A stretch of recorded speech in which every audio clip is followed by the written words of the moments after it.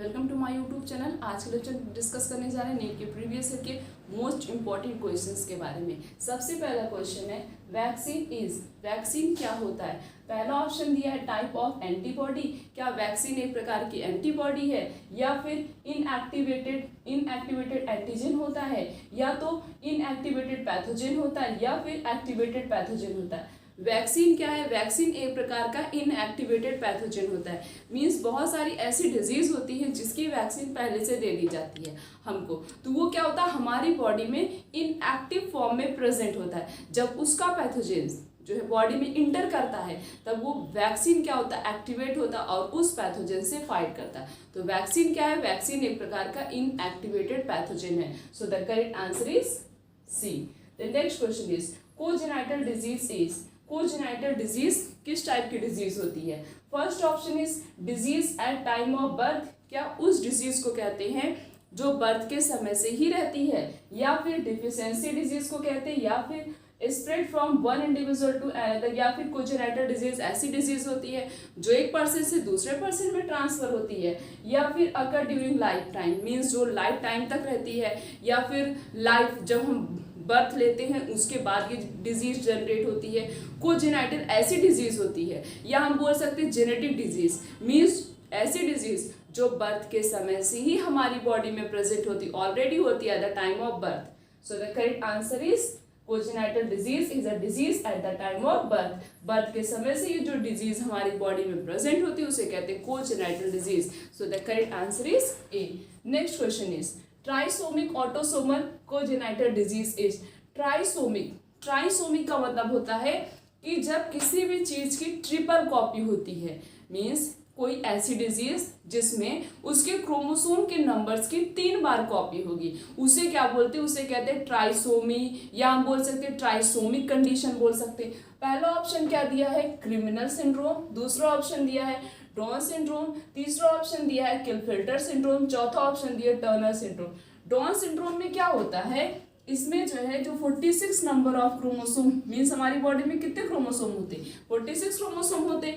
यही 46 क्रोमोसोम की triple copy होती, मीन्स 46 क्रोमोसोम 3 बार कॉपी होता है। तो उस कंडीशन को क्या बोलते हैं? ट्राइसोमिक कंडीशन बोलते हैं। तो ट्राइसोमिक ऑटोसोमल कोजेनाइटल डिजीज किसमें देखने को मिलता है? That is Down syndrome. So the correct answer is B. Next question is toxin which is responsible for chill and high fever during malaria. ऐसा कौन सा टॉक्सिक सब्सटेंस होता है जो रिस्पॉन्सिबल होता है मलेरिया के समय वो हाई फीवर कॉज करता है, साथ साथ में उसकी रिलीज होने से बहुत ही ज्यादा ठंड लगती है? ऐसा कौन सा टॉक्सिक सब्सटेंस है? First option is haemimactin, second option is haemoglobin, third option is haemozoin and fourth option is haemins. Toxic substance, ये जो हीमोजॉइन होता है एक प्रकार का टॉक्सिक सब्सटेंस होता है जब कंटिन्यूअस जो है मलेरिया का जो पैथोजन होता है, मींस एनाफिलिस मॉस्किटो जो होता है, प्लाज्मोडियम, ये जब कंटिन्यूअस हमारी बॉडी को डैमेज करता है, जितनी नई नई आरबीसी भी बनती है उसको भी वो डिस्ट्रॉय कर देता है, जिसकी वजह से हमारी बॉडी उस पैथोजन से फाइट नहीं कर पाती। जब कंटिन्यूअस आरबीसी जो है उसके नंबर्स डिक्रीज हो रहे हैं, मीन्स वो कंटिन्यूअस जो नई आरबीसी बन रही वो भी डिस्ट्रॉय होती जा रही है। इससे क्या होता है? टॉक्सिक सब्सटेंस रिलीज होता है और उस टॉक्सिक सब्सटेंस को हीमोजॉइन बोला जाता है। और हीमोजॉइन किसका रिस्पॉन्सिबल होता है? Chill and high fever. So toxic substance कौन सा हो गया? Haemozoin. So the correct answer is C. Next question is HIV that cause AIDS. HIV कौन सी डिजीज कॉज करता है? एड्स कॉज करता है। First start destroy. HIV जो एड्स कॉज करता है वो सबसे पहले किसको डिस्ट्रॉय करना स्टार्ट करता है? First option is B lymphocytes, second option is leukocytes and third option is thrombocytes and fourth option is helper T lymphocyte. HIV can cause AIDS disease. AIDS disease cause कर रहा है और ads में क्या होता है, ये जो HIV का पैथोजन होता है ये कंटिन्यूअस जितनी भी हमारी हेल्पर T lymphocyte होती है, जो नई हेल्पर T lymphocyte बन रही है उसको भी ये डिस्ट्रॉय कर देता है, और जितनी और बनेंगी उन सबको भी ये डिस्ट्रॉय कर देता है। तो HIV किसको डिस्ट्रॉय करता है? ये सबसे पहले अटैक करता है हमारे हेल्पर T lymphocyte पे और कंटिन्यूअस हेल्पर T lymphocyte के नंबर्स डिक्रीज कर देता है। So the correct answer is D. Next question is Widal test is used for diagnosis of, Widal test कौन से टेस्ट के डायग्नोसिस में यूज किया जाता है? First option is typhoid, second is malaria, third is pneumonia and fourth is tuberculosis. Widal test किस में use किया जाता है? टाइफाइड फीवर में। विडाल टेस्ट कब कराया जाता है? During the typhoid fever. So the correct answer is A. The next question is, which of the following is a pair of viral disease? इन चार में से हमें ये बताना है कि कौन सा पेयर है कि जिस दोनों ही डिजीज किससे होती हो? वायरस से होती। पहला ऑप्शन है टाइफाइड ट्यूबरक्लोसिस, दूसरा ऑप्शन है रिंगवॉर्म एंड एड्स, तीसरा ऑप्शन है कॉमन कोल्ड एंड एड्स, चौथा ऑप्शन है dysentery and common cold. Common cold किससे होता है? ये भी वायरस से होता है। कौन से वायरस से होता है? राइनो वायरस से होता है। It is a group of virus. और एड्स किससे होता है? HIV से होता है। तो दोनों डिजीज कैसी होती हैं? दोनों ही डिजीज वायरल डिजीज है। So the correct answer is सी।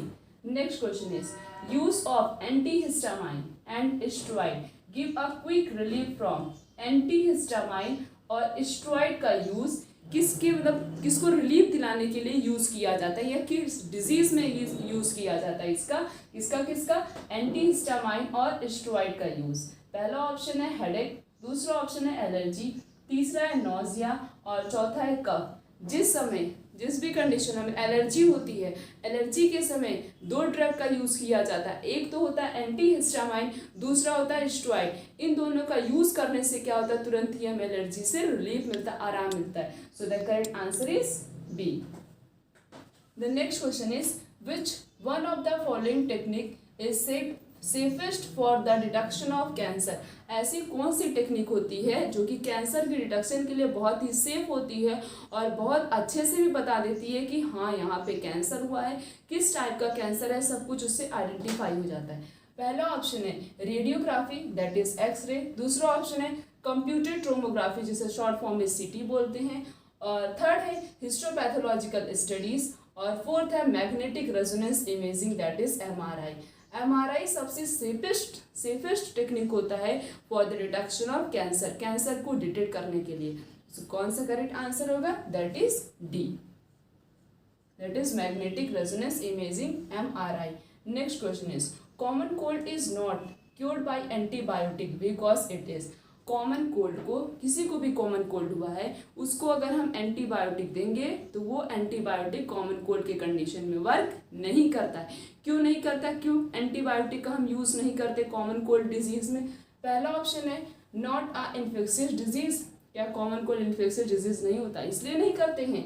या फिर कॉज्ड बाय वायरसेस, वायरस से होता है इसलिए हम नहीं करते हैं? या फिर caused by gram positive bacteria, क्या या फिर ग्राम पॉजिटिव बैक्टीरिया से होता है इसलिए हम उसे नहीं करते? या फिर ग्राम निगेटिव बैक्टीरिया से होता है इसलिए हम एंटीबायोटिक का यूज नहीं करते कॉमन कोल्ड के समय? कॉमन कोल्ड के समय एंटीबायोटिक का यूज इसलिए नहीं किया जाता क्योंकि ये किससे होता? वायरस होता।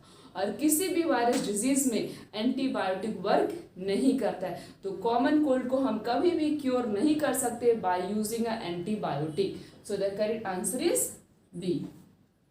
The next question is, motile zygote of Plasmodium occurring। Motile zygote जो है वो प्लाज्मोडियम का किसमें प्रेजेंट होता है? पहला ऑप्शन है ह्यूमन RBC, क्या ह्यूमन के RBC में प्रेजेंट होता है? या फिर ह्यूमन के लीवर में प्रेजेंट होता है? या फिर फीमेल एनाफिलिस मॉस्किटो के गट में प्रेजेंट होता है? या फिर एनाफिलिस मॉस्किटो के सलाइवरी ग्लैंड में प्रेजेंट होता है? Motile zygote of Plasmodium will occur in the gut of female Anopheles mosquito. Motile zygote Plasmodium का किसमें प्रेजेंट होता है?